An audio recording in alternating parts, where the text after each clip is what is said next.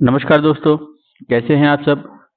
देखिए दोस्तों, अगर हम राजस्थान के कंपटीशन के एग्जाम की बात करें तो उसमें राजस्थान जीके जो बहुत ही महत्वपूर्ण है और सारे भर्तियों में राजस्थान जीके सबसे ज़्यादा पूछा जाता है। तो हम जो देखें कि अभी जो भर्तियां निकल रही हैं तो उसमें राजस्थान के बहुत सारे जो तैयारी करने वाले छात्र हैं, मित्र हैं हमारे, तो उनके लिए मैं इस वीडियो में कुछ महत्वपूर्ण प्रश्न लेकर आया हूँ। और ये जो प्रश्न हैं, ये प्रश्न दुर्ग के संबंधित प्रश्न हैं। यानी राजस्थान सामान्य ज्ञान में एक टॉपिक है राजस्थान में दुर्ग, जो इससे संबंधित हम कुछ प्रश्न पढ़ेंगे। तो आप इन प्रश्नों को देखें और अपना रिवीजन करें। देखिए प्रश्न है, जूनागढ़ किले का पुराना नाम निम्नलिखित में से कौन सा था? यानी जो जूनागढ़ किला है इसका जो पुराना नाम क्या था? चिंतामणि, लालगढ़, करण चंद किला या तारागढ़ का किला? तो इसका उत्तर आपका होगा बी, लालगढ़ किला। जो बीकानेर का जो जूनागढ़ का जो किला है, यह प्राचीन नाम, इसका पुराना नाम क्या था? लालगढ़ का किला था। तो पढ़ते हैं इसके कुछ जानकारी। जूनागढ़ जो कि बीकानेर में है, इसे तारामणि, देखिए यहाँ तारामणि लिखा है और यहाँ चिंतामणि लिखा है, तो ये थोड़ा सा आप ध्यान रखना है। तारामणि किला भी कहते थे जूनागढ़ किले को। तारामणि, लालगढ़, जमीन का जेवर, राती घाटी का दुर्ग, धानव व पारिख दुर्ग, तो इन नामों से इस जूनागढ़ दुर्ग को जाना जाता है। 1485 में राव बीका के द्वारा इसका निर्माण किया गया। यानी जो लालगढ़ का किला है, इस किले का निर्माण कब किया गया? 1485 में। किनके द्वारा? राव बीका के द्वारा। और फिर 1589 से 1594 के बीच में महाराजा राय सिंह के द्वारा करमचंद के निर्देशन में इसका पुनः निर्माण किया गया और इसका पुनः निर्माण करने के बाद इसका नाम रखा गया था जूनागढ़। इनके अगर प्रवेश द्वार की अगर बात करें तो करणपोल, चांदपोल, दौलतपोल, सूरजपोल और त्रिपोलिया इनके पोल के प्रवेश द्वार के नाम हैं। तथा यहाँ पर राय सिंह प्रशस्ति भी लिखी गई हैं, जिसके प्रशस्तिकार हैं जेता। और ये किस भाषा में लिखी गई? संस्कृत भाषा में लिखी गई।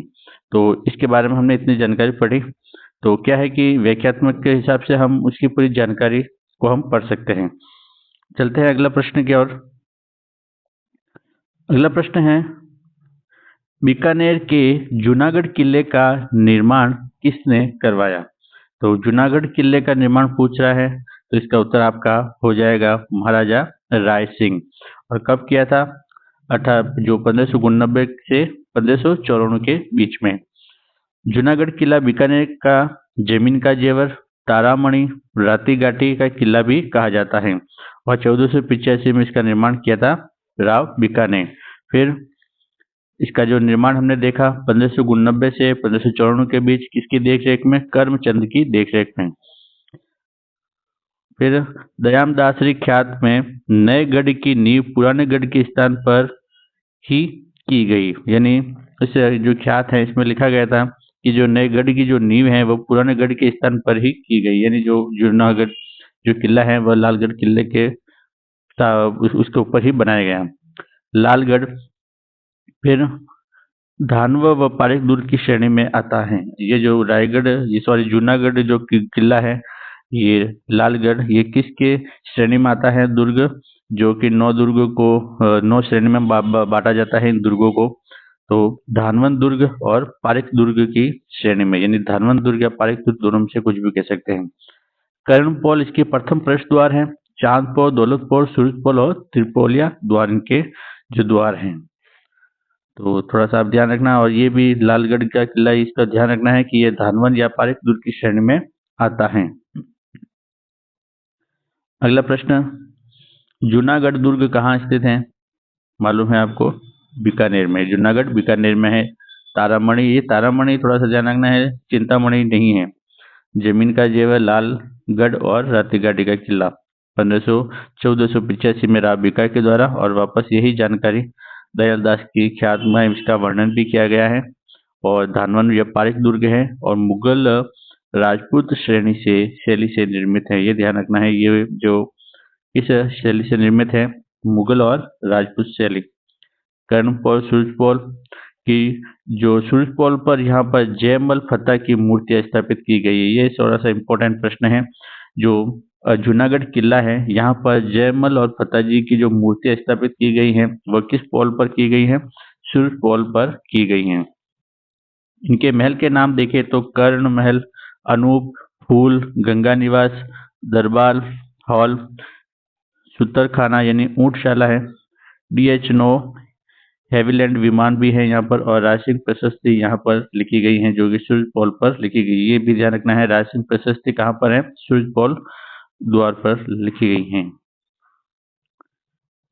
अगला प्रश्न है, निम्नलिखित में से कौन सा मंदिर चित्तौड़गढ़ दुर्ग में स्थित नहीं है? चित्तौड़गढ़ दुर्ग में जो मंदिर है, उस मंदिर में कौन सा मंदिर चित्तौड़गढ़ दुर्ग में स्थित नहीं है? इनमें से आपको बताना है। चामुंडा मंदिर, सात विष देवरी, समिद्धेश्वर मंदिर, तुलजा भवानी मंदिर। तो ये जो आपका जो ये चामुंडा माता मंदिर है, ये यहाँ पर नहीं है। चामुंडा माता का मंदिर तारागढ़ अजमेर तथा मेहरानगढ़ जोधपुर और जूनागढ़ बीकानेर में स्थित है। तो ये ध्यान रखना है, जो चामुंडा माता का जो मंदिर है वह 3 दुर्ग में स्थित है। एक तो आपका तारागढ़ में भी है, मेहरानगढ़ में है और जूनागढ़ बीकानेर में स्थित है। और बाकी ये जो आपने 3 नाम पढ़ा, ये है चित्तौड़गढ़ दुर्ग में स्थित है। चित्तौड़गढ़ दुर्ग के प्रमुख जो मंदिर की बात करें तो इसमें कालिका माता मंदिर, सूर्य मंदिर, तुलजा भवानी मंदिर, समिद्धेश्वर, त्रिभुवन नारायण मोकल जी का मंदिर भी कहते हैं इसको, जटाशंकर, कुंभ श्याम मंदिर, मीराबाई का मंदिर और कुंडेश्वर, श्रृंगार चवरी, सतबीस देवरी, बाण माता और अन्नपूर्णा तथा वीरवड़ी माता का यहाँ पर मंदिर स्थित हैं। तो ये आप थोड़ा सा ध्यान रखना। चलते हैं अगला प्रश्न। प्रश्न है, 9 मंजिल के विशाल कीर्ति स्तंभ को राणा कुंभा ने अपने किस उपास्य देव को निर्मित किया था? तो ये जो कीर्ति स्तंभ है, यह महाराणा कुंभा के द्वारा बनाया गया है। तो ये किस देवता के उपास्य देवता को समर्पित है? तो ये आपका उत्तर हो जाएगा डी, विष्णु। महाराणा कुंभा ने सारंगपुर युद्ध में विजय स्मृति में चित्तौड़गढ़ दुर्ग में विजय स्तंभ या कीर्ति स्तंभ का निर्माण करवाया। यह भगवान विष्णु को समर्पित है। तीसरी मंजिल पर 9 बार अरबी भाषा में अल्लाह लिखा गया है। ये थोड़ा सा ध्यान रखना है कि कौन सी मंजिल पर? तीसरी मंजिल पर, और किस भाषा में? अरबी भाषा में अल्लाह शब्द लिखा गया है। इसे हिंदी मूर्तियों का अजायब घर भी कहा जाता है। भारतीय मूर्तिकला का विश्वकोश भी कहा जाता है। तो हिंदू मूर्तियों का अजायब घर तथा भारतीय मूर्तिकला का विश्वकोश किसे कहा जाता है? विजय स्तंभ या कीर्ति स्तंभ को।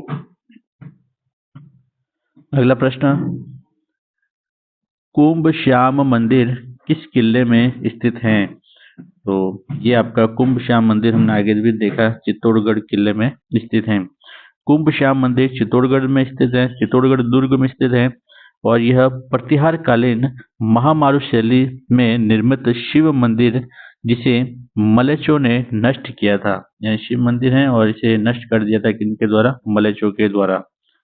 1449 में महाराणा कुंभा ने जीर्णोद्धार करवाया, यानी इन मंदिर को वापस पुनर्निर्माण करवाया था महाराणा कुंभा ने, जो कि पहले इसको नष्ट कर दिया गया था मलेशियों के द्वारा।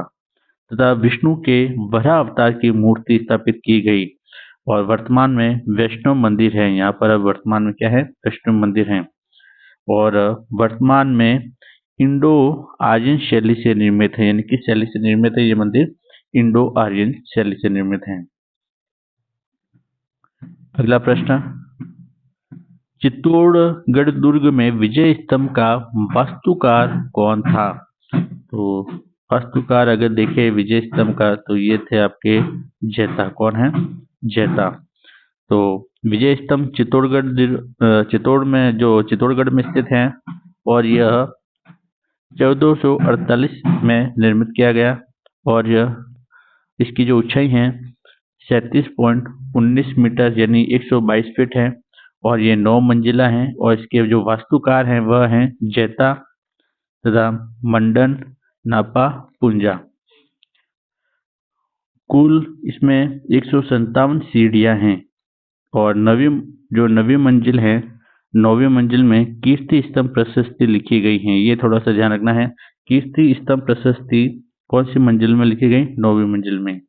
और जो कीर्ति स्तंभ की प्रशस्ति लिखी वह किसने लिखी थी? अत्रि महेश ने। किसने लिखी थी? अत्रि महेश ने। इन दोनों को अभी कभी नाम से भी जाना जाता है। वेरी इंपॉर्टेंट है, ये थोड़ा सा ध्यान रखना है कि अभी कभी किसे कहा जाता है? अत्रि और महेश को। महाराणा कुंभा ने सारंगपुर विजय जो कि 1437 के उपलक्ष्य में इसका निर्माण करवाया था, यानी सारंगपुर का युद्ध जो हुआ था उसमें 1437 में विजय के उपलक्ष्य में इस विजय स्तंभ का निर्माण करवाया था।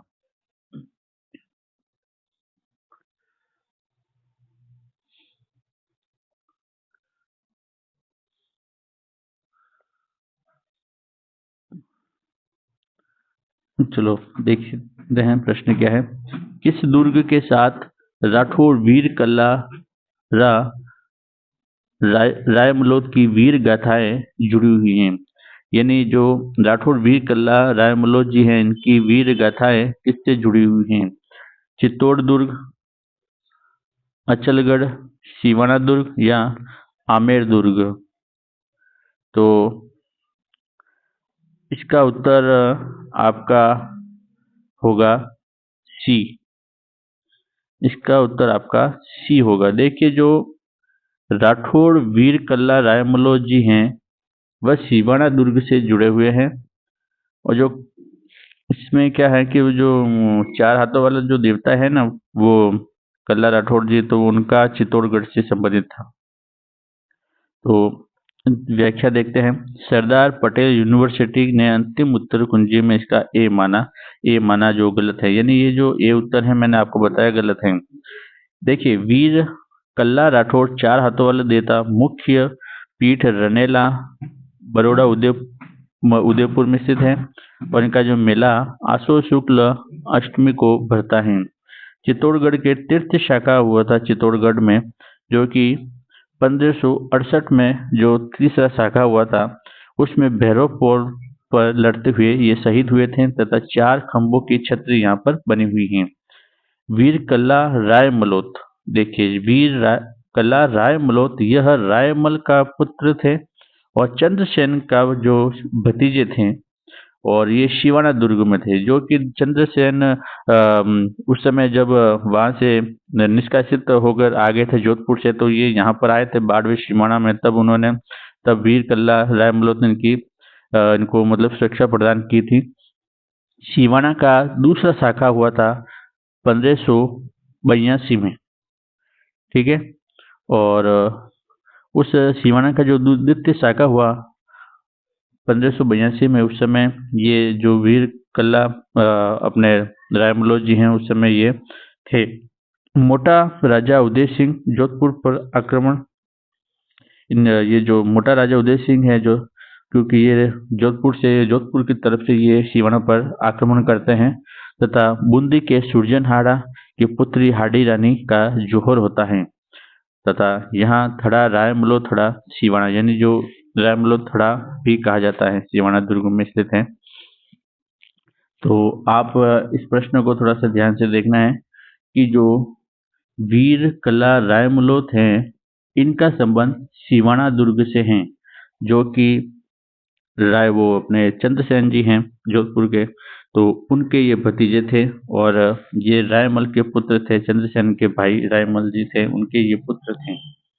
तो आज हमने दुर्ग से संबंधित इन प्रश्नों को पढ़ा। तो आज के लिए बस इतना ही दोस्तों। अगले वीडियो में मैं कुछ कुछ करना चाहता हूं। तो मैं जो मित्र हैं सेकंड ग्रेड और फर्स्ट ग्रेड की जो तैयारी कर रहे हैं उनके लिए मैं मैंने जिस प्रकार से तैयारी की और मेरा जिस प्रकार से सिलेक्शन हुआ है, मैं उसी प्रकार से मेरे अपने नोट्स के संबंधित जो भी नोट्स मैंने मेरे पास हैं और मैं अच्छे से अच्छे और बना रहा हूँ, उस नोट से हम पढ़ाई करेंगे और एक अच्छे तरीके से मतलब शुरुआत से करेंगे और पूरा जो राजस्थान का जो टॉपिक है, इतिहास, ज्योग्राफी और कला संस्कृति, तो इसको हम अपने नोट्स से पढ़ेंगे और एक अच्छी तैयारी को जारी करेंगे। तो आज के लिए बस इतना ही, और मैं अगले वीडियो से ये कोशिश करूँगा कि हम नोट्स के आधार पर हम अपनी जो तैयारी है वो शुरू करें। तो आज के लिए बस इतना ही। धन्यवाद।